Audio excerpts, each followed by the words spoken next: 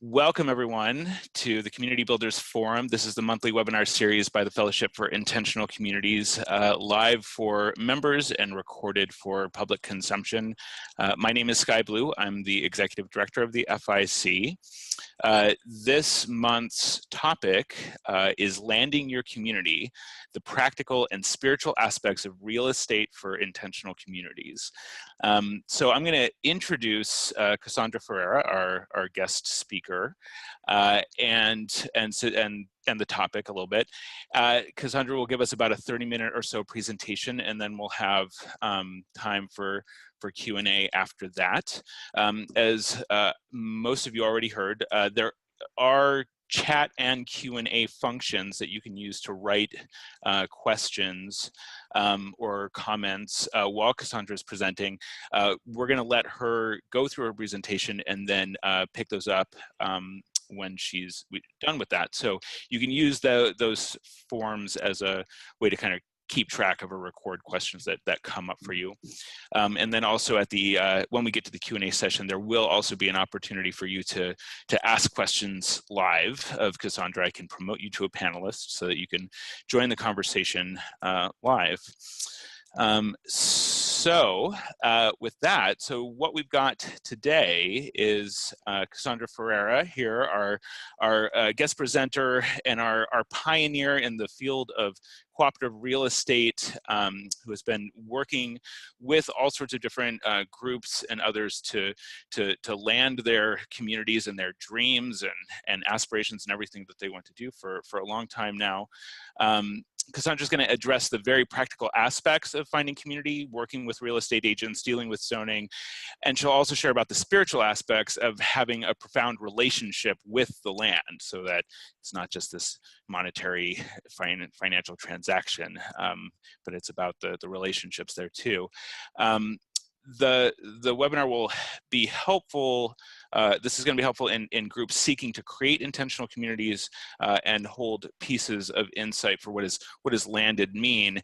Cassandra, I'm going to let you introduce yourself, but I do want to say that I think this is sort of a particularly interesting time to be touching on this topic, given where you are in Northern California and how many people have just recently lost their land, or at least the buildings on them recently, and the sort of poignant time we're in right now. So, imagine there might be something you want to say about that as well. So, yeah, Cassandra, why don't you go ahead and introduce yourself a little more and then jump in.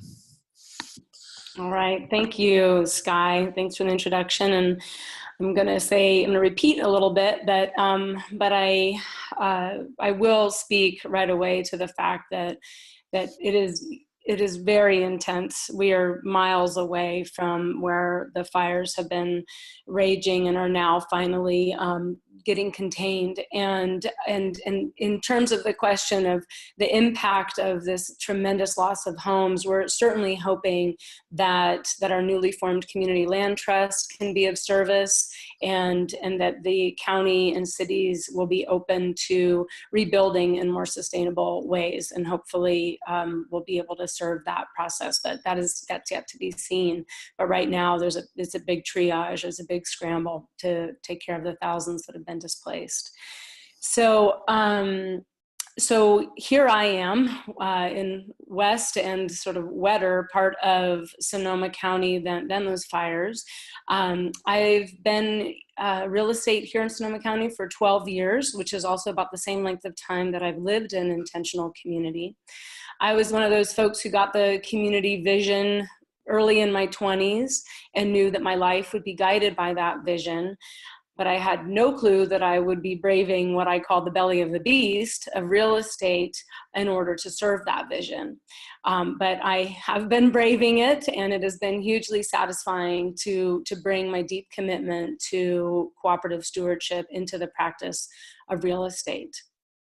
I have come to work with other visionary and mission-driven real estate agents in the company whose owners are now actually co-founders in the intentional community where I live.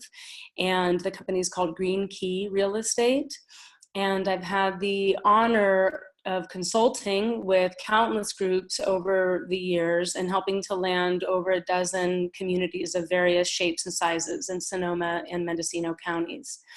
I also bring my passion and real estate expertise to a new community land trust in my area to serve populations who need and desire cooperatively owned and permanently affordable homes, but don't have the privilege and capacity to create it. I also serve on the board of the Fellowship for Intentional Communities, and I'm very honored to be part of this webinar series. Today, I'm going to be talking about some of the particulars of real estate, finance, and zoning as they relate to the quest to land your community. And I am also going to be touching on some of the more mystical dimensions of our profound relationship with the land.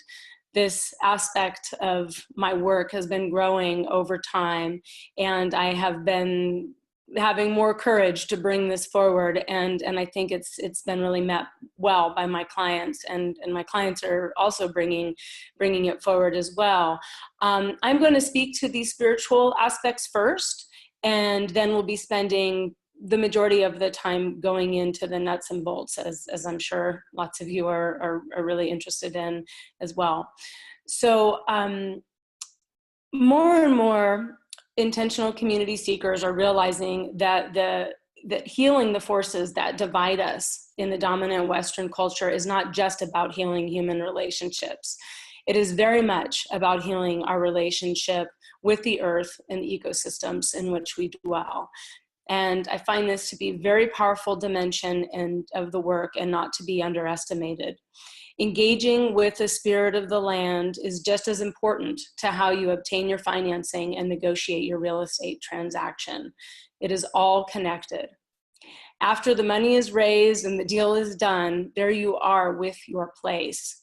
And make sure that your journey home is filled with the sacred elements of your intent along the way. From urban to rural settlements, your relationship with the story and the character of the place where your community lands is vital. We immediately have to face the shadow of private property because the story of all lands begins with First Nation people and continues through to the present time. So your ability to learn the story in a general sense in the area that you're looking to land, and then continually get more and more specific as you hone in on your potential site. This will serve you. Engaging in this way is very humbling, and it also opens up to other channels of support because it's my experience and my clients as well that the land is actually yearning to connect with us as much as we are yearning to connect with it. And we're doing big work of restoring our relationship with people and with place. I suggest that my clients actually begin communicating or praying to the future site of their land, similar to what people do when they are hoping to conceive a child. And know that that land will be happy to receive you and is interested in partnering with you as well. You can make offerings to that land in where you're living right now, and also in sacred places or parks or whatnot in the area. All of the earth is connected, so you can begin to actually have a relationship with that place even before you know exactly where it is. And after you find your land, then you can even focus your prayers and offerings and express your intentions and willingness to partner with the character and the capacities of that land. And so we know you have human partners on this journey, and realize that the land is a very key partner to actualizing your community. The land draws people in and the land sends people off. So I have seen that happen much over the years. People get gripped by pieces of land, and they have profound sense of responsibility to being in that place. And it's actually quite amazing to bear witness to. So as you're looking for your land, you're of course realizing that whether it's urban to rural, every piece of land has particular character, and it's in its relationship to the sun and the slope and the water and all these natural and human factors. And so as you're engaging, you're looking for a particular character of the land, but you're also really listening to what is the character of the land? What has been done there? What wants to happen there? How is your journey actually part of the destiny of this place? So these are big questions, and it's a big project, but it's very energizing to look at it that way. So when it comes to analyzing the ecological character of the land, and we're of course listening to the water and the soil, the sun, the wind, the plants and trees and the animals. And this is doing that and understanding that as a subject for probably another talk. But of course, the permaculturalists and other land sort of whisperers among us are very helpful in our journey in understanding the land's natural capacities and challenges. So I am going to leave that for right now, and it'll weave back in, but feel free to, ask questions and talk more about that if you're interested in that. So I'm going to move into the more nuts and boltsy stuff right now. So it's important to remember that as we create our communities, our cooperative stewardship endeavors, we are trying to do something that the systems of real estate, finance, and municipal and county zoning are not designed to understand. In fact, to the extent to which you've already started to realize this, it's obvious that these systems are actually very entrenched in a private property mentality. And so it's just, you just got to take that on from the beginning. And I find it, it's like we are trying to create a circle out of a square, and it's helpful to see ourselves as hackers, that we're hacking this system that's been binding us into private property rules and regulations, and using our creativity, our vision, and our legal agreements. Our legal agreements are one of the biggest opportunities for sort of hacking that we need to do to work with the system as it is. Because what we're trying to do is outsmart the limits of the system, essentially. And I think in the bigger picture, we're helping it to evolve into something that actually has more of the capacities that we know that it needs to. So it's super important that you seek out as much as you can professionals that will that are kind of, certainly like I have been, both in two worlds, who can function inside of that system and then also totally understand what you're doing and can partner with you and ideally become your creative partners as well. So if you can find real estate agents, mortgage brokers, consultants who can relate with you and partner with you, that's obviously the best thing. And with real estate, you're going to need a real estate agent. And I do want to offer myself as support in finding a real estate agent in your area. I have done that for many people. I've researched and shaken down other real estate agents to help them understand what you're doing. And the kind of the cool thing about that is that when I do that for you, I can become a consultant to your process. And I'll talk more about that in a little bit. But say you're already underway and you don't reach out to me, that's fine. What you're going to need to do is just, ask for referrals, talk to local community land trusts, local friends, activists, people. You're just going to have to really push in your area to try to find somebody who is going to be as good of a match for you. Certainly ask other intentional communities who they might have used, or if they're a longstanding one, if they happen to know real estate agents that are familiar with intentional community. And another interesting thing to do is that there are designations. Eco-broker is one, and also the National Association of Realtors has a green designation. And these are real estate agents that at least are inside of the conversation of sustainability to some extent. And so that can also be a good place to start. And so the challenge, of course, with real estate agents is that you need one, but we don't get paid usually until the deal is done. And so that is that's a challenge, because your project may take years to come to fruition. And sometimes, unfortunately, projects work for, try for a few years and then don't come to fruition. And then you've had that's how I got my training. Was years of working for really amazing visionary people, and it took me years to actually be able to work with people and have them be ready and start landing these various projects. So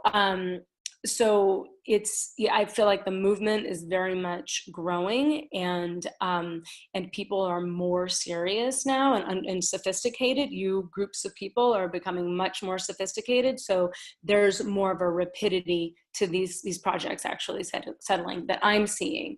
And but nonetheless, back to the fact that your real estate agent doesn't get paid until you close the deal.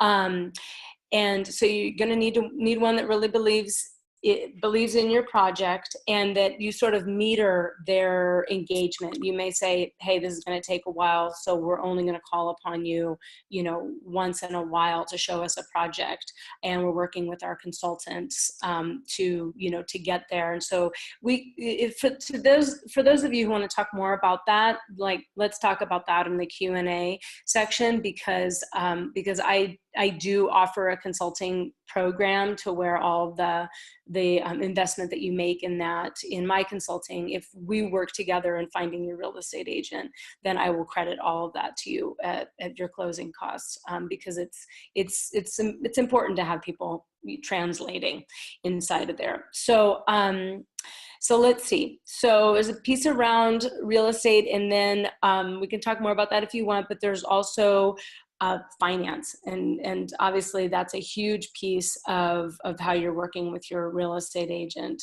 And to the best of your ability through your real estate agent, through those similar referrals and connections, you're going to need to find a mortgage broker or a banker that is sympathetic to your vision, unless you have private financing, of course. And so we'll talk about that as well.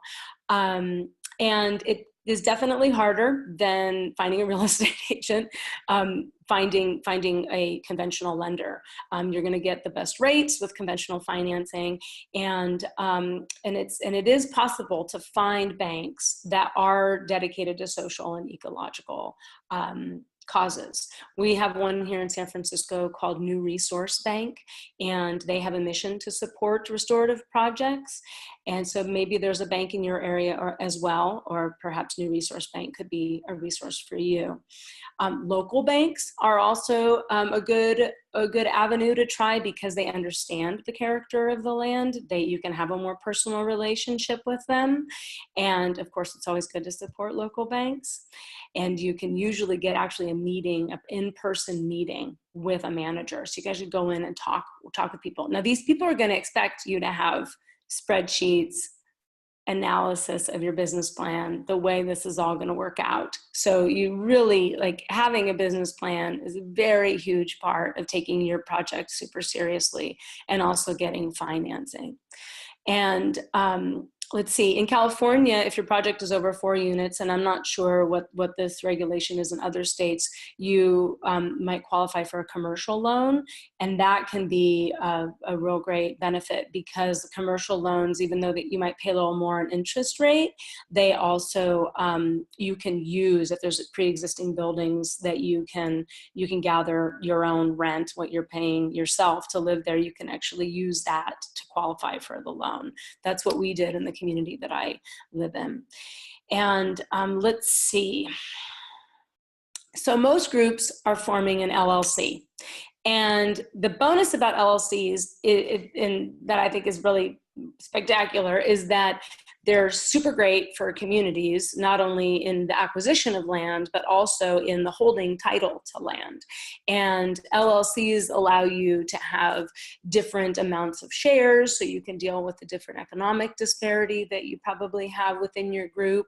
But you can still have one vote per member. So there's flexibility inside of how you create your operating agreements, and LLCs are right now mostly what I see people doing.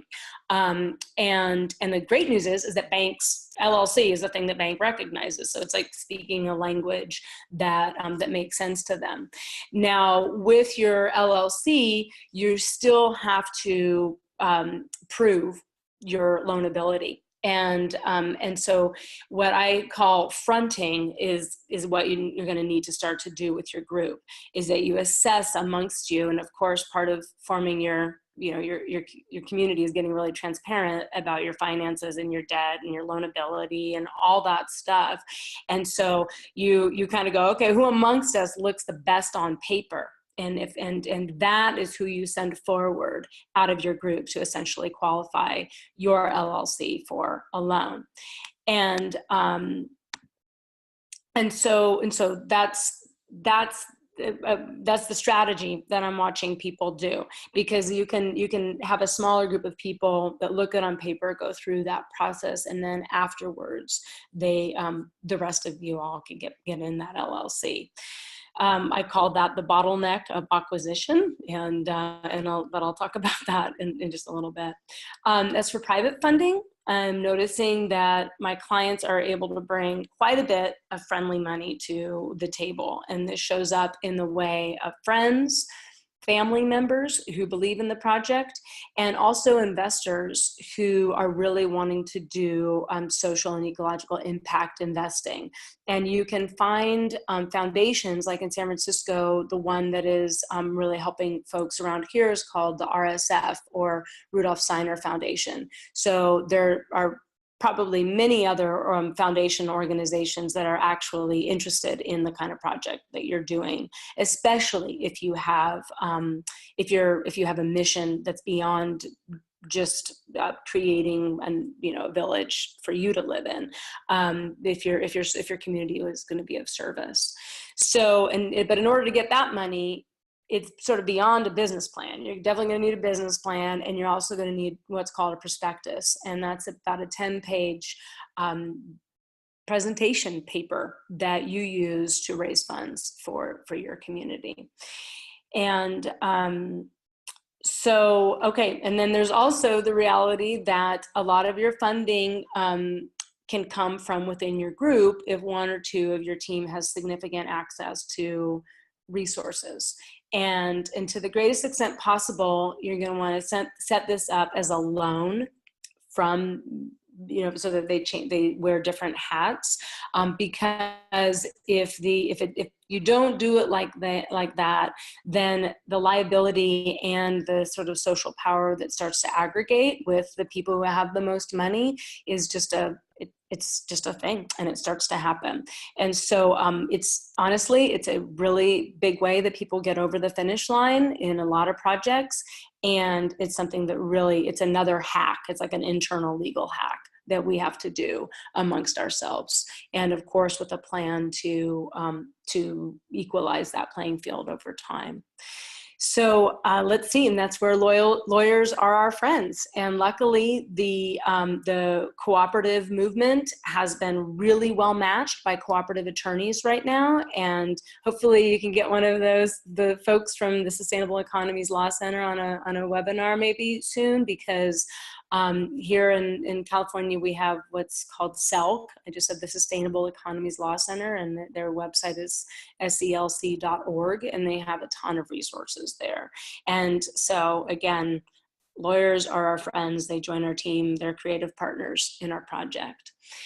Another word about multiple sources of funding. A lot of times you've got various different kinds of funding coming to the table. You could have bank, private investment, and friends and family all happening. Now everybody wants their loan secured against the property, as well it should be.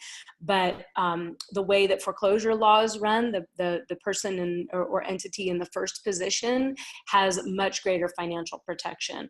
And so again, I have seen some amazing legal hacks creating investor groups so that is equalized. But it's kind of an intense thing to have to do while you're trying to close escrow on a property.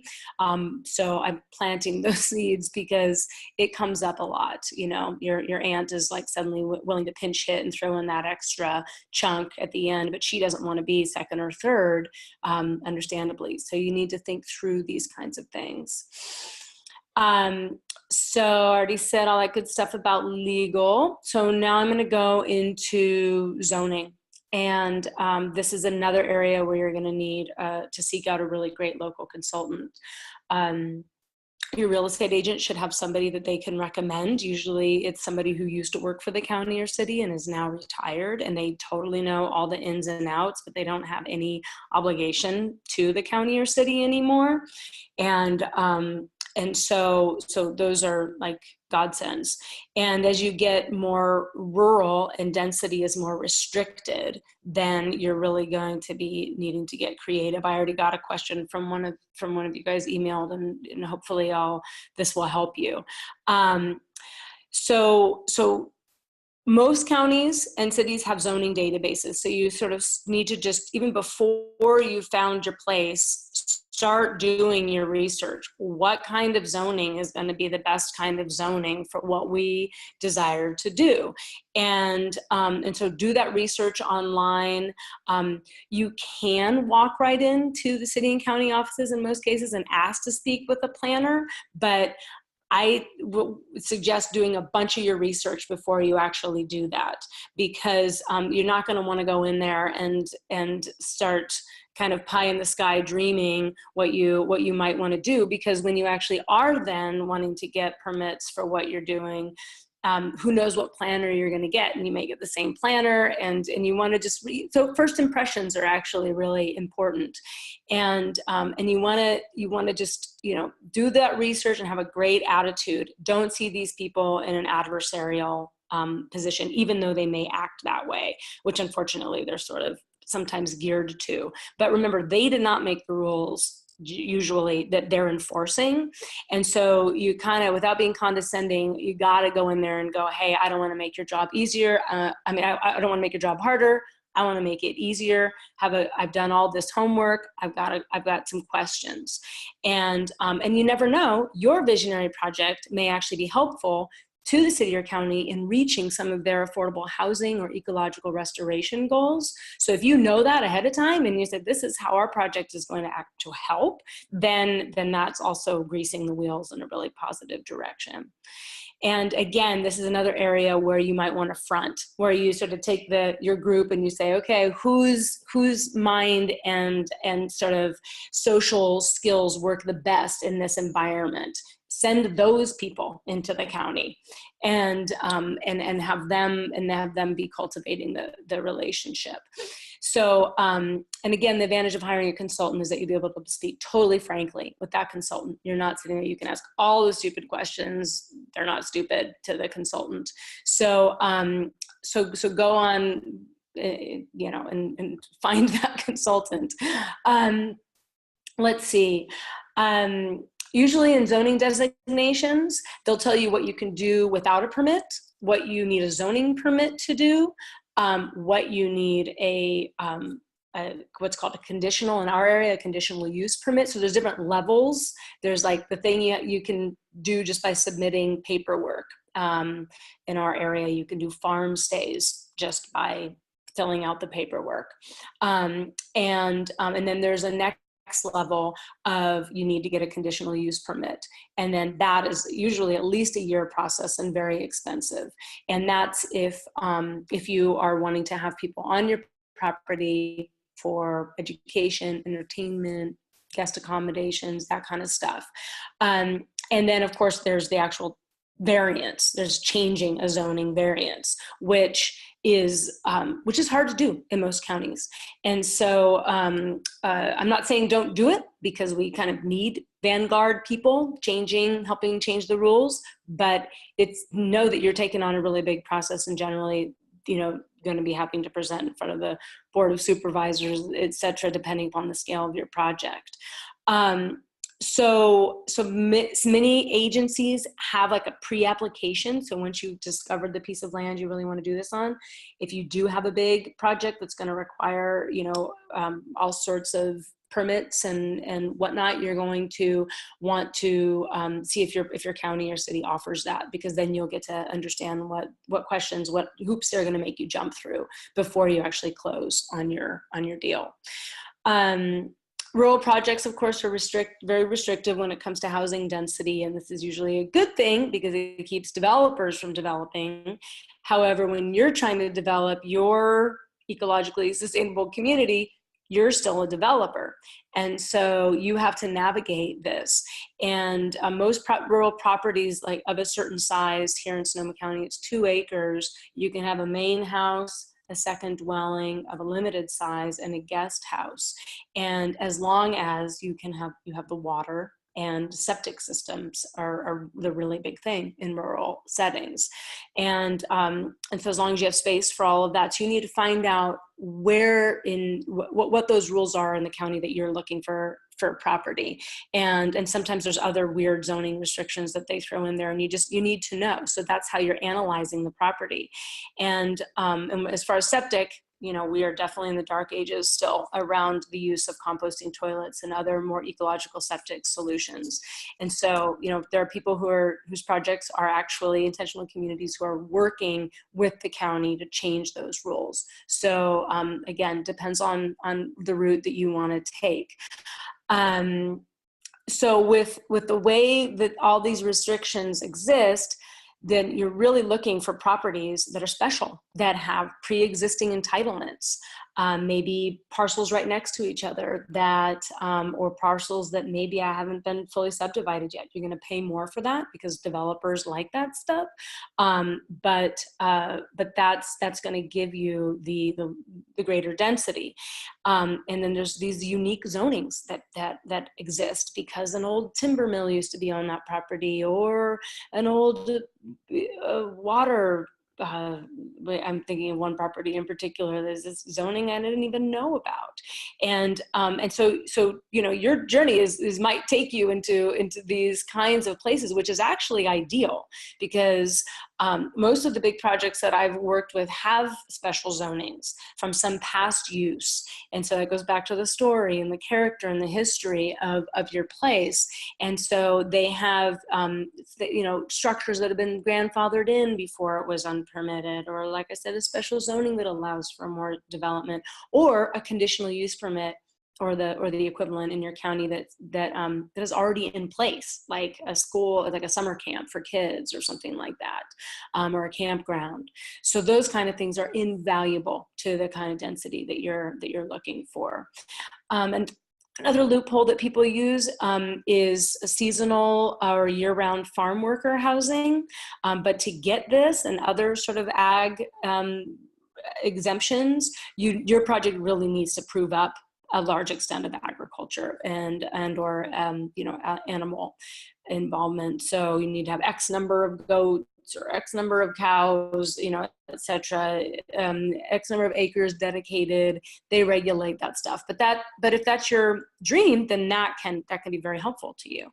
So your group's going to have a whole conversation about analyzing the risk, because especially as it relates to unpermitted structures, every group has is going to have a different character around this, because tiny houses, yurts, and most natural buildings in a lot of the places that people want to live are not considered legal dwellings, unfortunately. And so, and yet most of these are desirable and more financially affordable. So you're doing a risk analysis. Okay, we're going to build the thing that we want the county to approve of first, and then we're going to build the yurts, or however you're going to do it, and then this is what we're going to do if unfortunately we ever get turned in. And so your group has to be willing to think through, of course, this sort of risk analysis, and people have different levels of willingness to do that, and that actually changes over time as well. I've noticed people who first weren't willing to do certain things that weren't legal then become more willing to do it, especially after they've already landed on the property. So the people who are most likely to turn you in are disgruntled renters or neighbors. And so having super clear agreements and great relationships is always very important. And neighborhood relationships are crucial, because if you do need to get a conditional use permit, anything that you're doing that is of scale impacts your neighbors, and they're going to find out about it. And so you want to head that off. You don't want them to hear about it from anybody else first. You want to start that relationship. And sometimes clients are cultivating that relationship during their escrow period before they've actually closed on the land. So strike up a great relationship from the beginning. And again, take your multifaceted group talents and front with the most socially friendly, open, extroverted, endearing people, and send them off to the neighbors with cookies. And I'm not kidding, baked goods. Go make friends. So before I stop talking, I'm going to give a brief outline of the escrow process itself, because people who are going to buy land and community often have never bought property before, or some people have in the group and some people haven't. And so it's important that everybody understands and sort of gets a primer on the process. And so you need to know what your group wants to do before you get into contract, what you do once you do get into contract, what a contingency period is, and what happens when it ends, and then there's the closing of escrow.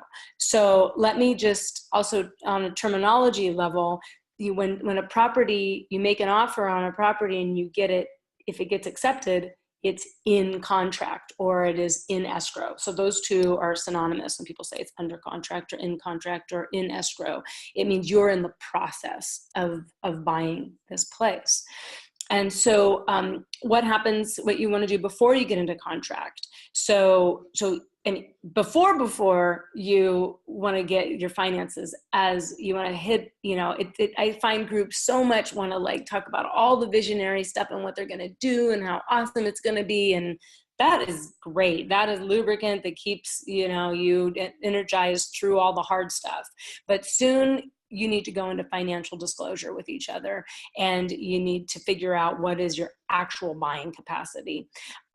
Because I've seen too much people get attached to land and ideas, and then they can't make it happen. So just dive into that stuff. And because when you go to make an offer on a property, you start looking, you find your real estate agent, you go out there and you find your place, or what feels like it really could be your place. You're going to need to prove when you write an offer, you're going to need to prove that you can indeed financially succeed on that contract. And so you're going to need to prove that you have the ability to obtain a loan and the amount of cash that you'll need to put down. And so sometimes people are proving that stuff with their mom's savings accounts for a little while, and that's how they get into escrow. And most people know that that's not where the money's actually going to come from, but they have a long period of what I'm going to talk about, the contingency period, to actualize how that funding is going to go. You need to be transparent with your real estate agent about that from the beginning, because we're going to be the ones taking that risk with you and changing the contract to reflect your financing as it changes. So the best thing to do is to get it as clear as you can before you're writing an offer, knowing that you're going to have to prove all that up. And because you need to convince the sellers and their agents that you're actually a real buyer.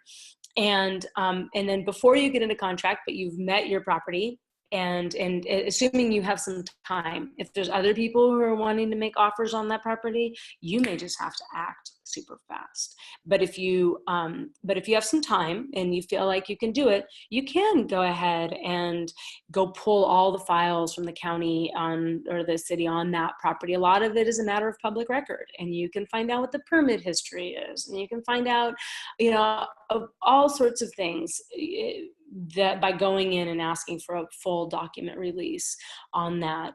And and you can find out the zoning restrictions and generally what the water is like and all of that stuff. And you can even go and try and meet some of the neighbors and try and get some of the stories. Try to do everything that you can do for free before you make an offer, if you have the time. And that'll help you be more clear about your offer and feel good about it. If you have friends who have special skills, you can tour the property with your permaculturalist friends, your farmer friends, your builders, etc. But also I think that getting a lot of information is great, and I've seen people get overloaded with people's opinions, and so use your instincts. But before you write an offer, there's a whole bunch of information that you're gathering. So including, you can start that conversation with the land, like I said at the beginning of the webinar, and really open up to your intentions and the land's intentions. Are they congruous? And make direct offerings to the land as well. Okay, so then you're gonna write an offer and it gets accepted, and there may be some negotiations, of course, back and forth with price and time frames and all that good stuff. But then you get into contract, and then you're gonna have what's called your contingency period. And so that's a period of time, and depending upon the competition for writing an offer, depending upon the situation and how complex it is, you could have a contingency period that is, really short. Contingency periods are along the lines of like really short, or half of a month, 14 days or so. But for projects like the ones that you guys are probably doing and that I do, we write contingency periods that are 30, 60, 90 days that we're going to spend investigating and doing due diligence on the property. And you need to have a budget for this, and a budget that you're going to have put in a deposit when you're with your offer, and at the end of the contingency period, that deposit will be called go hard and go towards the purchase of the financing of purchasing the property, or it will, or you could get it back. You can get that deposit back if you choose not to buy the property. But all the money generally that you're going to spend, unless you negotiate some other thing, which is very rare with the sellers, all the money you spend on your inspections, your other investigations, your consultants, is going to come out of pocket. And so you need to have a budget for that. And with the more complex properties, I have seen people spend, definitely you need to think of that you're going to be spending at least $5,000. And I've seen people spend 2, 3, even more times that amount investigating the property. But that is your insurance to make sure that this property, you're really understanding what you're buying. And the more money's on the line, the bigger of a deal it is. And so, but you need to be prepared to lose that money and walk away if it doesn't work out. And so that is that you also then want to structure your investigation sort of based upon your deal breakers. So you might want to do your water investigations first, or your septic investigations first. You get that consultant out there ASAP. So that's so that you can it makes sense to keep going further in.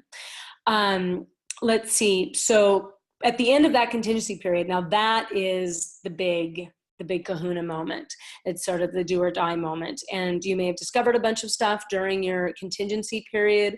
And some of that stuff may have material value to you, and you may be wanting a price reduction or the sellers to do something to make it right, what you discovered. And sometimes sellers are great and they'll negotiate with you, and sometimes they won't budge, and you get really pushed up against the level of desire that you have for this particular piece of land, weighed against everything you've already invested into it. And so that is really like, if I like to think of this in the metaphor of childbirth. That's, and for those of you who have been through that, that's like the transition moment. That's when you got to really get through the tight squeeze of, are we going to do this? Because then after you negotiate it through that place, then it's generally just a matter of moving money and working through some final details. But that's your big time, is the end of the contingency period. And then it can be a week, 2 weeks, several weeks until you close escrow, depending upon what you negotiate.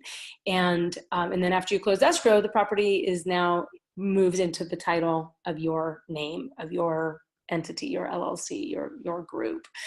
And you may or may not take possession right away. Usually you do, unless you let the sellers stay there a little bit longer. But again, this process is like childbirth. It's, and the baby that's wanting to be born is your new community. And you get into a contract on a place and it has contractions, and it will squeeze on your group, and it will test your group's ability, your clarity, your connectedness, and all of your communication styles. It's a big deal for people. Their money, their dreams, the security of their home, their kids' future, their future. It's like a lot is on the line. And so shadow elements of the human psyche come into play. Fears are rampant. People need to talk about it. And so your trust is going to deepen, but you want to make sure you're in that birth canal with people that you really want to be in a tight squeeze with. And it's like one of the first, initiations of your community. And so it takes all the bigness of your ideas and your friends and your vision for the future, and it puts you into a tight place, a tight journey, and it gets very real. And then, after you get through it, it opens up again. But that process sometimes squeezes people out, and sometimes it draws people in. They're like, oh, I'm totally meant to be there. I get that now as the energy builds. But sometimes smaller group is better, at least 3 people, so that you don't have just it's okay if it's a couple, but I actually really think that it's better if it's 3, so you get the group energy. And but I've worked with groups as large as 10 that have made it through the bottleneck. I tend to like the smaller, the 3 to 5, and you'll obviously, you'll need to sort that out. And I want to say that, it is normal and understandable that as that heat comes on, that people might leave, and that can be very hard. But it sort of filters people out, and maybe they come back again later. It's okay. And sometimes people can't go through it at this time of their life, and it puts us in contact with the fact that there's something here happening that's bigger than just us.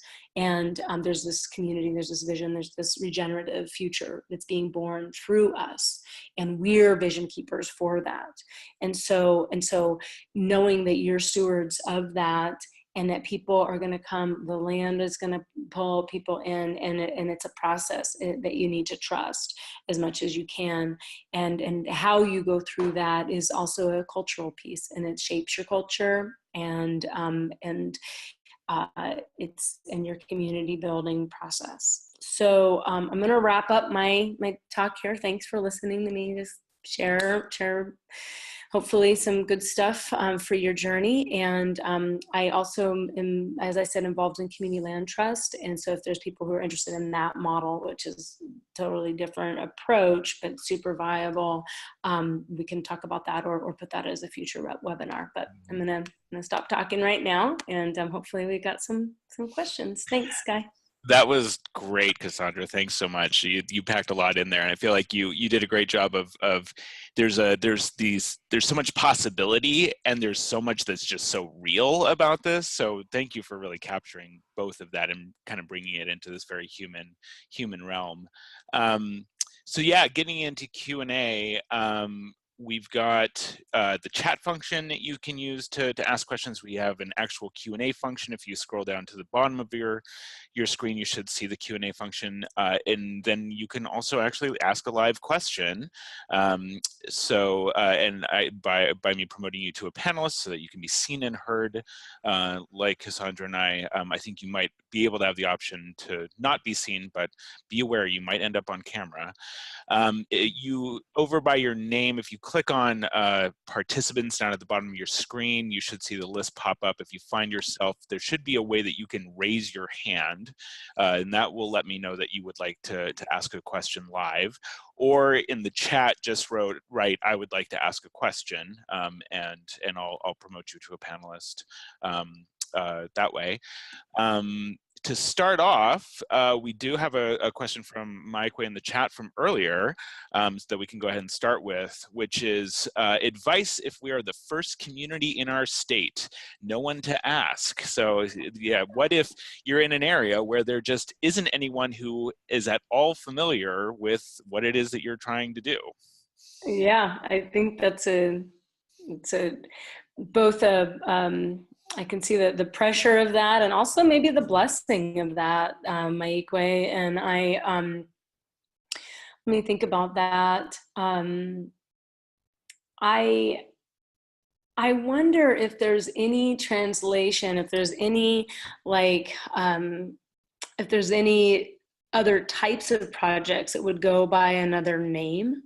If there was a, if it's particularly religious area, if you would be thinking about, if you could say, oh, it's like what we're trying to do is a religious retreat, or we're trying to, be, obviously you don't want to be too alarmist for people if they are freaked out that you're, some super groovy religion, which we are. So I'm trying to think about if there's something that they could that they could translate in your county to understanding that it's like this, but it's different. And then if you're, I think in general you're going to need to be willing to be an educator. That you're going to need to be willing to go into the county offices and really try to find like just even the beginning of a sympathetic ear, that you're and using your disarming social graces to get somebody helping you think about something. Maybe it'll make their job more interesting, that they're not doing the same old. Maybe there's a attitude of curiosity that you might spark about like, how are we going to do this? Isn't it amazing that this has never been done in Wyoming before? And then you can use comparisons for other states. So you can, maybe if there's any precedence inside of the county in which you're living that has a similarity, all these governments are like all connected to, and they go to like the meetings with each other and compare notes and stuff. So you're gonna have to work sort of extra hard to figure out like, if there's something like that would allow them to understand, because this other county did it this way. And so that county has a similar density, similar, demographics and whatnot to the county that you're in. So how about, working with this as as a comparison? I'd be happy to brainstorm with you quite a bit more, Maikwe, about how to do this, because I think it's I get excited about the possibility that you might actually, without all the rules already so restricted, maybe it is highly restricted already, but maybe there's an opening because they haven't already had to deal with it. Yeah, it's interesting. Yeah, I can definitely attest to trying to start a worker cooperative in an area where there was no familiarity with this, and finding a lawyer who was super progressive and was excited to learn. And so he basically taught himself what he needed to know to be able to help start a couple worker cooperatives. And he basically, awesome. And he treated us, he gave us his nonprofit rate. So that was also sort of a nice benefit there. So yeah. That's fantastic. Definitely can work out that way. Let's see. We've got another question that just came in. Just to clarify, as it relates to zoning laws, there's no advantage to buying property as an LLC versus a private individual? ? Not that I know of. I don't know that zoning cares particularly, at least in this county, how you're holding title. that's not something that, but it could be different. I'm not sure how or why it would, but they don't, when we go in and work on zoning, work with the county here, they're not having any conversation about how title is held, because a lot of individuals, even if they're not communities, they just want to protect themselves, buy property as an LLC. That happens all the time. And so, I don't, on a zoning level, I don't necessarily see that as a issue. Is it maybe a little bit more in what you were talking about how you're presenting yourself as a group and the relationships that you're building, not just with your neighbors, but local officials and that sort of thing? And, in terms of, if you're presenting yourself as this weird group of people doing some weird thing, there might be a little less friendly than if you try to present yourself in a more like, I don't know, upstanding citizen sort of way, even if it's a group of people doing a weird thing. Right. Yeah. I mean, I think that raises a good point. If your LLC is called the Rainbow Light Collective, which, I don't have any problem with that.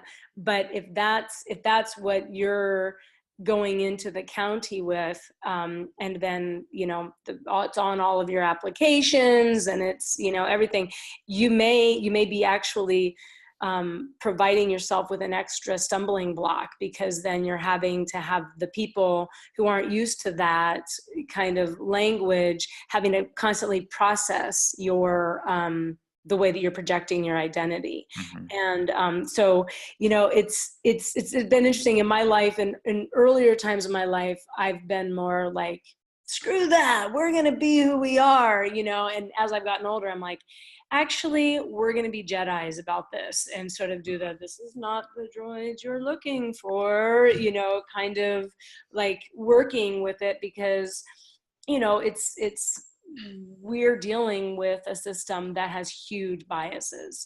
Mm-hmm.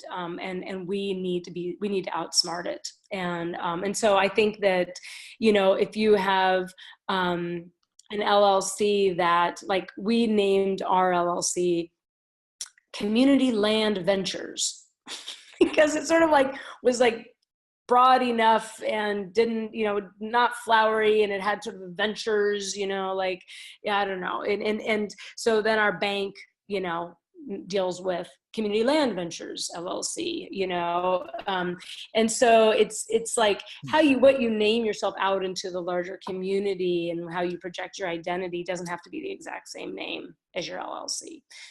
So it's an interesting thing. I hadn't really. Right, because unfortunately, we do live in a reality where inspectors and officials are supposed to apply the law the same to everyone, but because of various aspects, that doesn't always happen. So, right, be aware of that. Definitely. Let's see. Well, there is a question about kind of templates resources, but I kind of want to wait a little bit on that one. We got another question here. Once a small core of people own the land, is there a way to work with realtors as allies for finding more members? It's a great question. I've been in that position before, and yes, I believe so, but you're going to be looking for sympathetic real estate agents who are also pretty connected, because there's not a great way for them to list that on the multiple listing service, to say they've got a share in an LLC and we don't really have that kind of technological service available to us. We don't.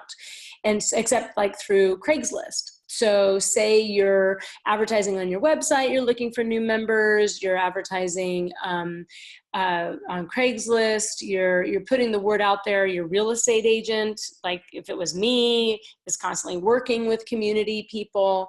There could be a matchmaking thing that happens.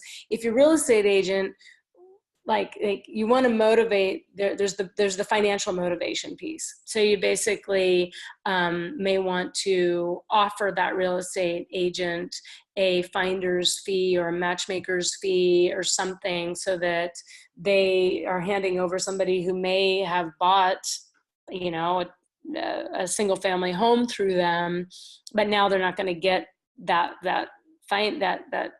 payment, and so it may not be equal to what they would have made otherwise. But you want to think about that and like motivating the agent to hand over their potentially really great connections to you, to your community.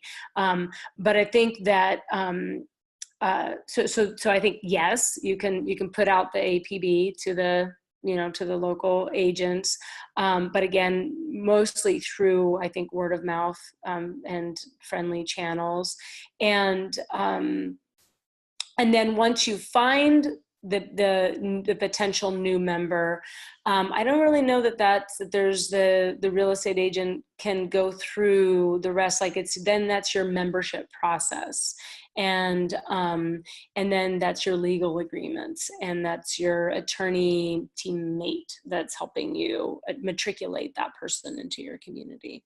So I think it's possible, but it'd have to be kind of in an area like like Northern California or Ithaca, or like places where there's real estate agents that understand what you're doing, that they could help plug in, help match make. Right. Well, I've got a question too that or a thing I want to get you to talk a little bit more. But let's touch on the question Christopher threw out about do you have any templates for those legal and financial hacks you mentioned?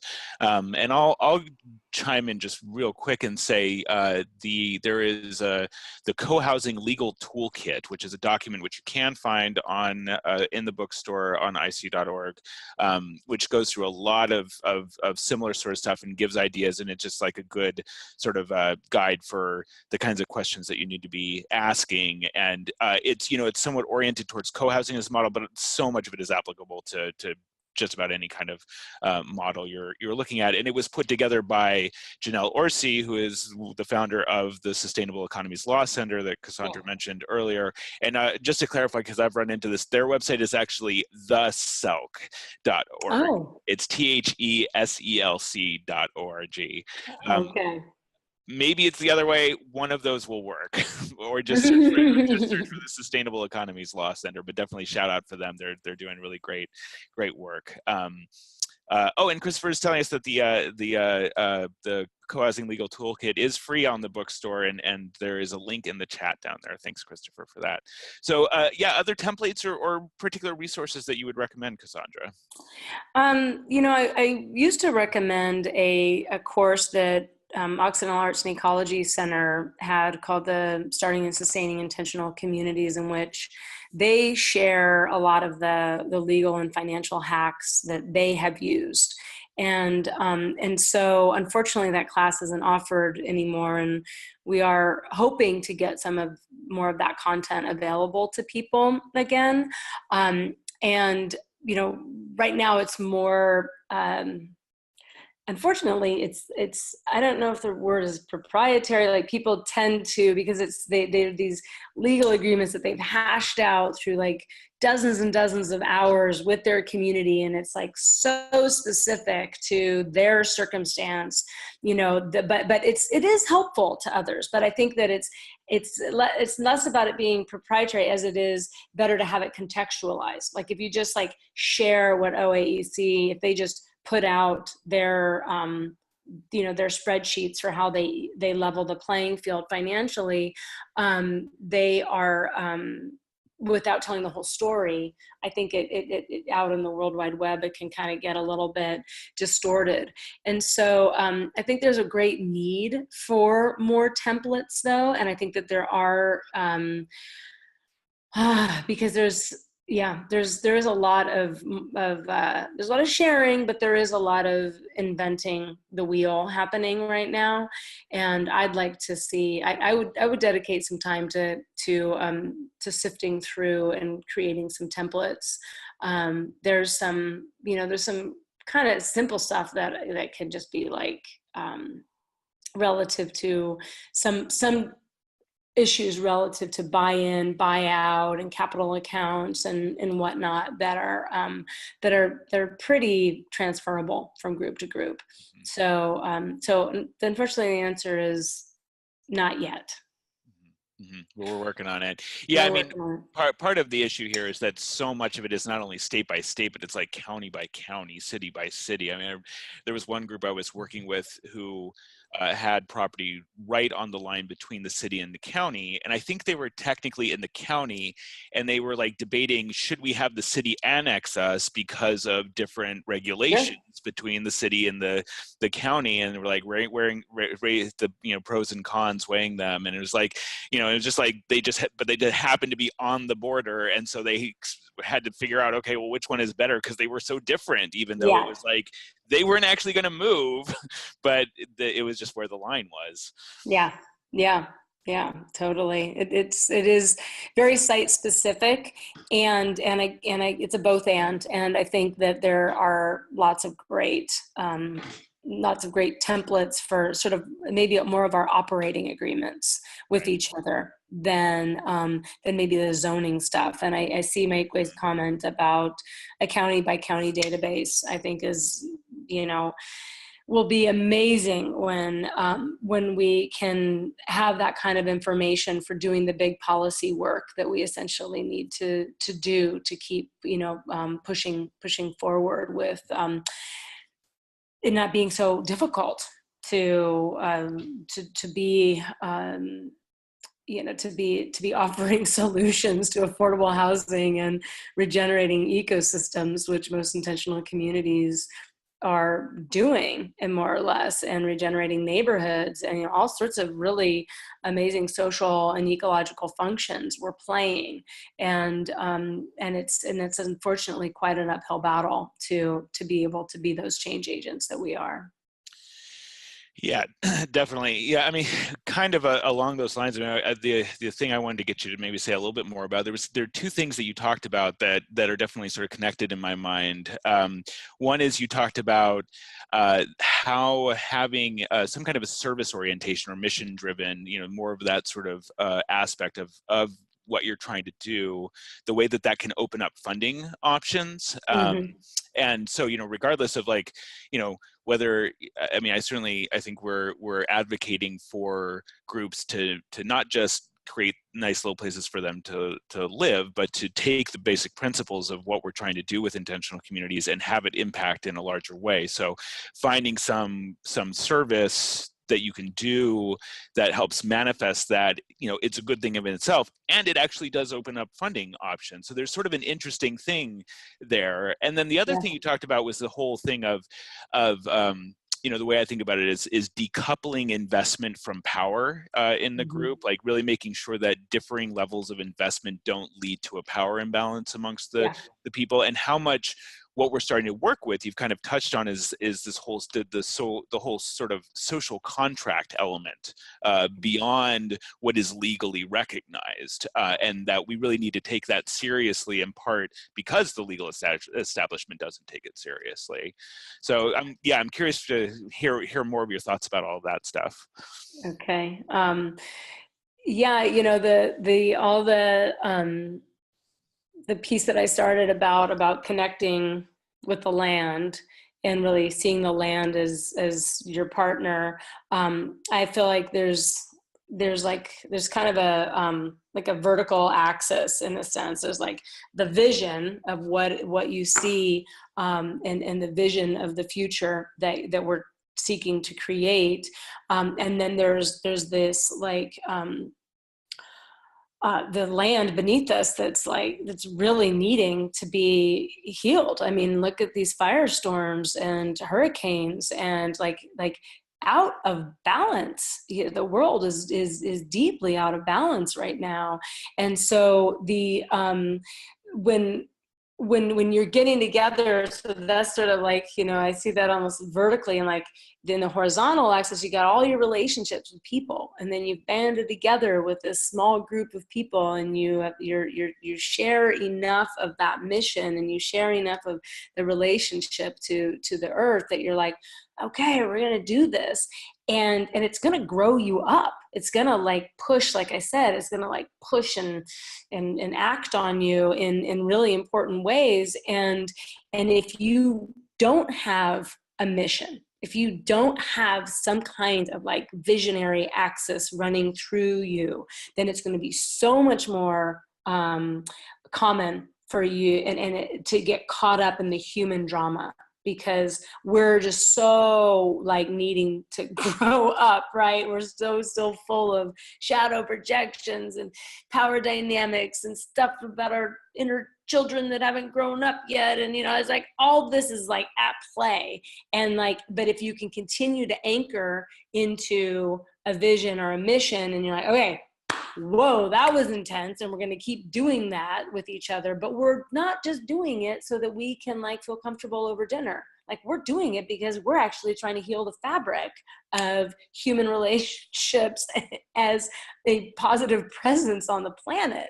And so it's like that kind of calling, I think, is super important. And I feel like when you can articulate that calling and you can dedicate to it, and be bold about it, that's the thing that I've been fascinated by, and that it's emboldened me, is that I've watched my clients like say stuff in a prospectus where they're not just trying to be like all buttoned up and, dominant paradigm, show up for capitalism kind of, program. They're like, yeah, we get it. And this is where we're going. And we are needing to take these bold steps to get there.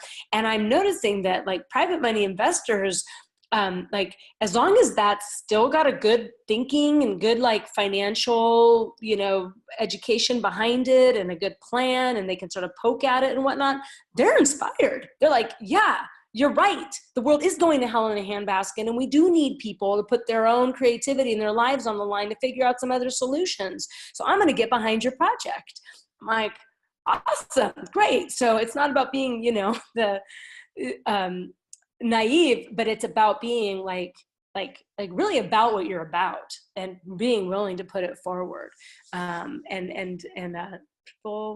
are attracted to that. Money is apparently attracted to that too. Mm-hmm. Not always, but yeah, I think more and more. Yeah, I mean, and it's interesting. I think there's especially in the more sort of leftist circles, there's a sense of these sort of idealistic visions and then the practical realities of business plans and financing as being sort of at odds with each other. And again, I'm really appreciating what you're putting out as encompassing all of it. Like they don't actually have to be antithetical. There are sort of, to some extent, values based in mainstream society versus what it is that we're trying to create that are kind of at odds. But yeah, just the way that you're helping us sort of see how you can hack it all together and actually make it be of service to creating a new kind of world.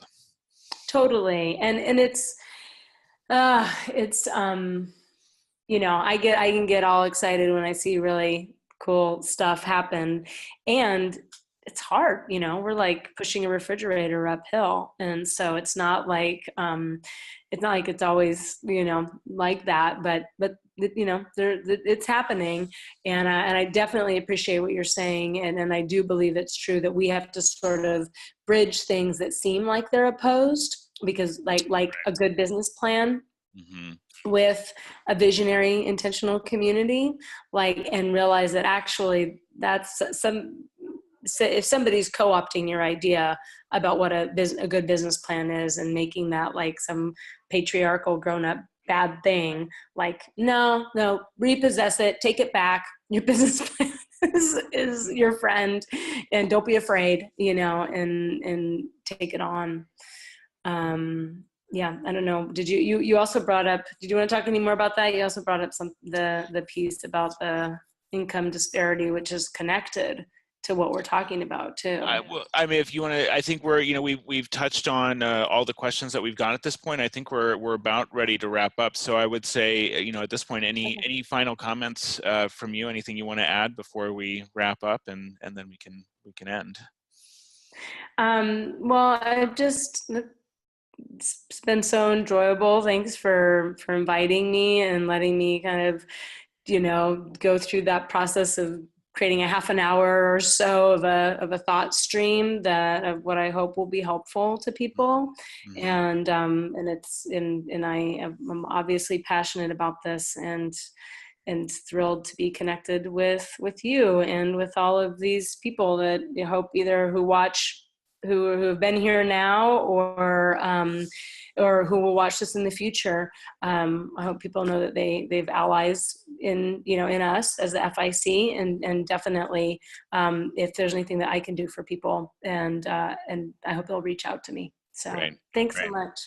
Cool. Thanks so much, Cassandra. Well, that wraps us up for this edition. Thanks everyone for joining us. This was definitely enlivening third episode, and looking forward to just keep rolling with this every month. And announcements will go out to all members each month announcing the next webinar. So look forward to the next one. And with that, we'll say thank you and goodbye. All right. Thanks. Bye-bye.